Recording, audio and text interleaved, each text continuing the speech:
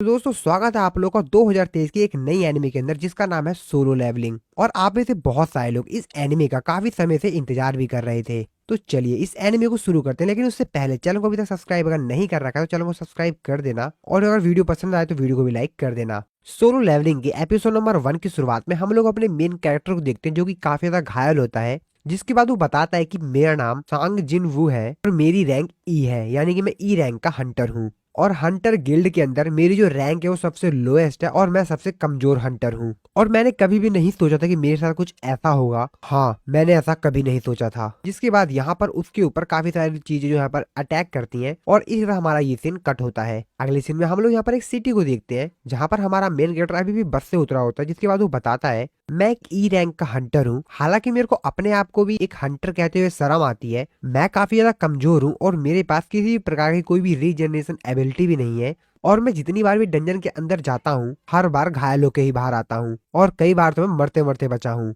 और एक हंटर की जो जॉब है वो काफी ज्यादा खतरनाक होती है क्योंकि वो अपनी जिंदगी को दांव पे लगाते हैं। और मैं इसको इसलिए नहीं करता हूँ क्योंकि मेरे को ये पसंद है। जिसके बाद सांग जिन वू एक कंस्ट्रक्शन साइट के पास पहुंचता है। इस कंस्ट्रक्शन साइट पे एक पोर्टल ओपन होता है जिसकी मदद से ये लोग डंजन के अंदर जा सकते हैं और वहां पे हंटिंग कर सकते हैं। सांग जिन वू यहाँ पर एक हंटिंग ग्रुप के साथ काम करता है। जिसके बाद हम लोग को बताता है कि वो ये सब कुछ पैसों के लिए करता है। और वो बताता है कि वो उन पैसों से अपनी बीमार माँ के मेडिकल बिल भरता हूँ। तो जो भी मेरे को पैसे हंटर गिल्ड पे करता है मैं उससे अपनी मदर के मेडिकल बिल पे करता हूँ। और मेरे जैसा नॉर्मल इंसान जिसके पास कोई भी टैलेंट नहीं है उसको इसके अलावा कोई दूसरी जॉब भी नहीं मिलती है, तो मेरे को ये मजबूरी में करना ही पड़ता है। जिसके बाद वो यहाँ पर कॉफी वाले के पास जाता है और उससे कॉफी मांगता है, लेकिन कॉफी वाला उसको मना करता है और कहता है कि कॉफी आज खत्म हो गई है सारी। सांग जिन वो अपने मन में सोचते हुए कहता है कि आज तो मेरे को कॉफी भी नहीं मिली, लगता है मेरा आज का दिन बहुत ज्यादा बुरा है। और तभी वहां पर एक लड़की आती है जिसका नाम जूही होता है। जूही यहाँ पर सांग जिन वू के ऊपर काफी ज्यादा चिल्लाती है और उसको कहती है कि तुम फिर से डंजन से काफी ज्यादा घायल होके आए हो। जिसके बाद संग उससे पूछता है और उससे कहता है कि क्या तुम भी हमारे साथ डंजन में जाने वाली हो। जूही उसको बताते कि हाँ मैं भी तुम लोगों के साथ डंजन में जाने वाली हूँ।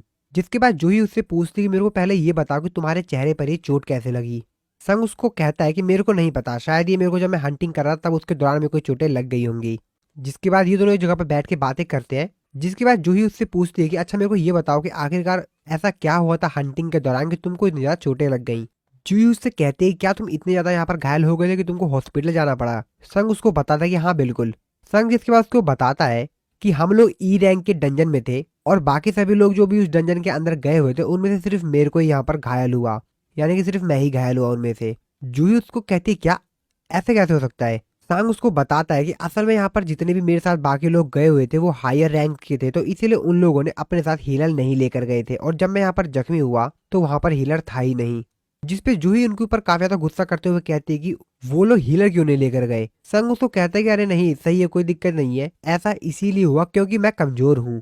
संग उसको कहता है कि जैसा कि आप जानती हो मिस जूही कि मेरे को इन सब की आदत पड़ चुकी है। जिसके बाद जूही भी उसको कुछ नहीं बोलती है। और जब ये लोग बातें कर रहे होते हैं तभी यहाँ पर सामने देखते हैं कि असल में यहाँ पर जो डंजन का गेट होता है वो यहाँ पर ओपन हो जाता है, यानी कि अब उन लोगों को यहाँ पर वो लोग इस गेट के थ्रू डंजन में जा सकते हैं। जिसके बाद यहाँ पर अनाउंसमेंट होती है और कहा जाता है कि सभी के सभी लोग आ जाओ, यहाँ पर जो डंजन का गेट है वो यहाँ पर ओपन हो चुका है। जिसके बाद ये लोग एक एक करके सभी के सभी यहाँ पर डंजन के अंदर जाने लग जाते हैं। और फाइनली आखिरकार यहाँ पे संग जो होता है वो भी यहाँ पर उस पोर्टल के थ्रू डंजन के अंदर चला जाता है। इसके बाद हम लोग यहाँ पर अंदर का सीन देखते हैं जहाँ पर वो लोग काफी ज्यादा देर से चल रहे होते हैं लेकिन वो रास्ता खत्म ही नहीं हो रहा होता है। जहाँ पर वो सभी लोग बातें कर रहे होते हैं और हमको जल्द से जल्द यहाँ पर बॉस को ढूंढ के उसको यहाँ पर खत्म करना होगा। और अगर हम लोग यहाँ पर ऐसा नहीं कर पाते 1 घंटे के अंदर तो यहाँ पर जो पोर्टल है वो बंद हो जाएगा और हम लोग को लगभग 40 मिनट यहाँ पर घूमते हुए हो गया है। जिसपे यहाँ पर जो संग होता है वो यहाँ पर जूही से माफी मांगता है और कहता है कि मेरे को माफ कर देना कि तुम मेरी वजह से यहाँ पर अंदर आ गई, और अगर मैं वोट नहीं करता तो हम सभी लोग यहाँ से बाहर चले जाते। जिसपे जूही को कहते हैं कि तुमको परेशान होने की जरूरत नहीं है। सांग उससे कहता है कि क्या तुम सही में ठीक हो। जिसपे जूही को चिल्लाते हुए कहती है कि क्या बकवास कर रहे हो, मैं इस तरीके से ठीक कैसे हो सकती हूँ, और तुम्हारी वजह से मेरे को यहाँ पर आना पड़ा, ये जो मिशन है वो काफी ज्यादा खतरनाक है। क्या ये तुमको पता है कि मैंने अपनी कितनी ज्यादा हीलिंग पावर का इस्तेमाल कर दिया तुमको हील करने के लिए, और फिर भी तुम यहाँ पर डंजन में आ गए फिर से यहाँ पर बॉस को मारने के लिए, और अगर तुम फिर से यहाँ पर जख्मी हो जाते हो घायल हो जाते हो तो मैं तुमको किस तरीके से हील करूंगी। जिसपे संग कहता है कि असल में यहाँ पर इसी वजह से जिंदा हूँ क्योंकि ये एक बी रैंक की हीलर है जो कि मेरे को हरदम फ्री में यहाँ पर हील कर देती है। जिसके बाद ये दोनों आपस में थोड़ी बहुत और बातचीत करते हैं। इसके बाद चलते चलते ये लोग यहाँ पर एक जगह पे पहुंच जाते हैं जिसके सामने एक बहुत बड़ा सा दरवाजा होता है। उनका लीडर उनसे कहता है कि मेरे को लगता है कि इस दरवाजे के पार बॉस है। जिस पर उनसे एक बंदा कहता है कि यहाँ पर अगर ये बॉस का रूम है तो ये ज्यादा खतरनाक क्यों नहीं लग रहा है, डरावना क्यों नहीं लग रहा है। यहाँ पर तो काफी सारे मॉन्स्टर्स होने चाहिए थे आसपास, लेकिन ऐसा कुछ भी नहीं है। क्या सही में ये बॉस का रूम है भी या नहीं। जिसके बाद उनका जो लीडर होता है वो यहाँ पर जाके दरवाजा को खोलता है और कहता है कि हम लोग इतना अंदर आने के बाद वापस तो नहीं जाएंगे और मेरे को लगता है कि हम लोग यहाँ पर पहले ही हंटर हैं जो कि जगह पे आए हैं। अगर तुम लोग को वापस जाना है तो तुम लोग वापस जा सकते हो। आपस में थोड़ी बहुत बातचीत करने के बाद फाइनली ये लोग उस गेट को खोल देते हैं और उस गेट के अंदर चले जाते हैं। और अंदर का माहौल देखकर ये सभी लोग कहते हैं कि ये तो काफी ज्यादा बड़ा एरिया है अंदर। सामने वो लोग देखते हैं कि एक बहुत बड़ा स्टैचू होता है और उसके साथ में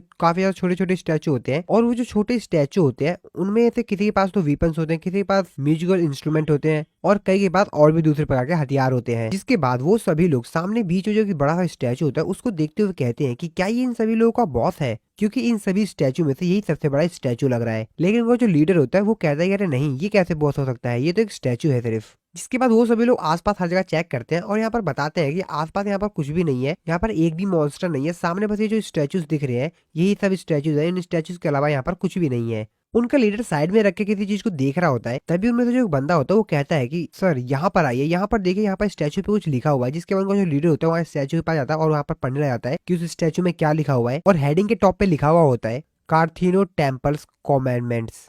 जिसके बाद वो एक एक करके तीनों के तीनों यहाँ पर जो कॉमेंडमेंट्स लिखे होते हैं उसको यहाँ पर पढ़ना शुरू करता है।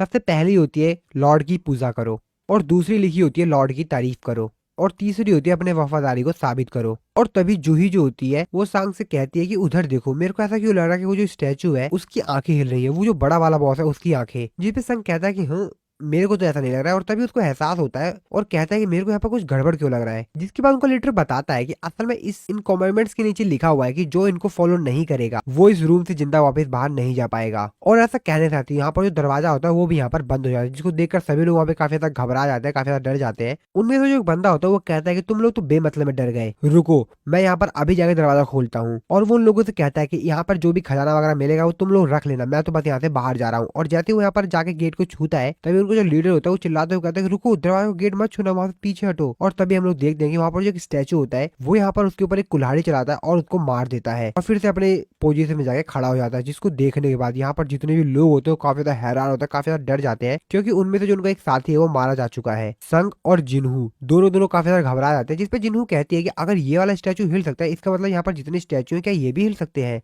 और यहाँ पर वो जो बॉस का स्टैचू था वो भी यहाँ पर हिल रही थी, उसको देखो। मेरे को लग रहा है कि ये स्टैचू भी यहाँ पर हिल रहा है, इसकी आंखें भी हिल रही हैं। और इसी सीन के साथ ये वाला जो एपिसोड है यहाँ पर खत्म हो जाता है। तो दोस्तों नेक्स्ट एपिसोड को देखने के लिए चैनल को सब्सक्राइब जरूर से कर देना, वीडियो अच्छी लगी वीडियो को लाइक कर देना। मिलता हूँ मैं आपको नेक्स्ट वीडियो के अंदर, मिलता हूँ मैं आप लोगों को नेक्स्ट वीडियो में।